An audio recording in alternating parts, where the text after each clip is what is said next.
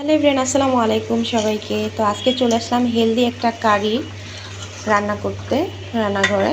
তো আজকে আমি করলা আলু দিয়ে রুই মাছ রান্না করব। তো ফার্স্টে আমি সবজিটাকে কষিয়ে নিচ্ছি, আর সবজিটা সেদ্ধ হয়ে গিয়েছে। এখন আমি ভেজে রাখা যে রুই মাছগুলো এই মাছগুলো আমি ভেজে রেখেছিলাম আগে থেকে, এটা আমি দিয়ে দিব তরকারিতে। তো করলার তরকারি নামটা শুনে অনেকে হয়তো একটু অবাক হচ্ছেন, কারণ অনেকেই আছেন যে করলার তরকারি খান না, শুধুমাত্র ভাজিটাই খান। হ্যাঁ, সত্যিই শুনছেন, আজকে আমি করলা তরকারি রান্না করতে যাচ্ছি। অ্যাকচুয়ালি আমি জানি না এটা কোন কোন জেলাতে পছন্দ করে, বাট আমার শ্বশুরবাড়িতে মানে চাঁদপুরে এটা পছন্দ করে আমার শাশুড়ি মা। করলার তরকারিটা খেয়ে থাকে, আমরা ভাজির পাশাপাশি করলা তরকারিটা খাই। এজন্য আজকে করলা তরকারিটা রান্না করতে বলেছে আমাকে, এজন্য আমি রান্না করছি। আর ট্রাস্ট মি গাইস, আমারও এখন ভালো লাগে গেছে খেতে খেতে। আমাদের বাসাতেও করলা তরকারি রান্না করা হয় না, কারণ আমাদের জেলা হচ্ছে ব্রাহ্মণবাড়িয়া। তো আমি জানি না ব্রাহ্মণবাড়িয়া কেউ করলা তরকারি খায় কি না, বাট আমরা খাই না, আমরা ভাজিই খাই সবসময়। বাট আমি শ্বশুরবাড়িতে আসার পরে এখন আমি অভ্যাস হয়ে গিয়েছি এই তরকারিটা খেতে খেতে। এখন আমার কাছে ভাজির পাশাপাশি করলা তরকারিটাও ভালো লাগে। তো আপনারা কার কারা পছন্দ করেন আমার মতো এই করলা তরকারি অবশ্যই জানাবেন।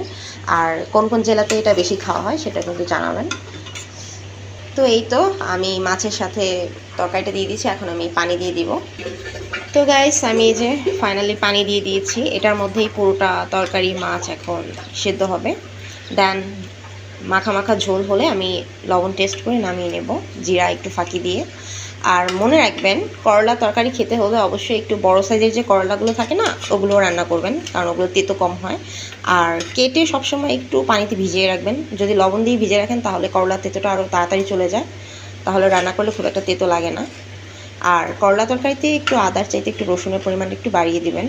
যদিও সবজি তরকারি বা মাছ তরকারিতে রসুনটা স্কিপ করলেও চলে, শুধুমাত্র আদা দিয়েও রান্না করলে চলে, বাট করলা তরকারিতে একটু রসুন দিলে ভালো লাগে খেতে। তো এই তো আমার সব কিছু কমপ্লিট। এখন আমি দিয়ে দেবো কী যেন, ঢাকনা দিয়ে দিব। আর করলা তরকারিতে একটু লবণের পরিমাণটা একটু বেশি দিতে হয়, কারণ তেতোটা তাহলে বোঝা যায় না আর কি। আর ঝালটা আপনাদের পছন্দ মতো, তবে একটু ঝাল ঝাল করলে ভালো হয়। তো সবাই ভালো থাকবেন, সুস্থ থাকবেন। কে কোন জায়গা থেকে ভিডিওটা দেখছেন অবশ্যই জানাতে ভুলবেন না। Thanks for watching my video. Allah Hafiz.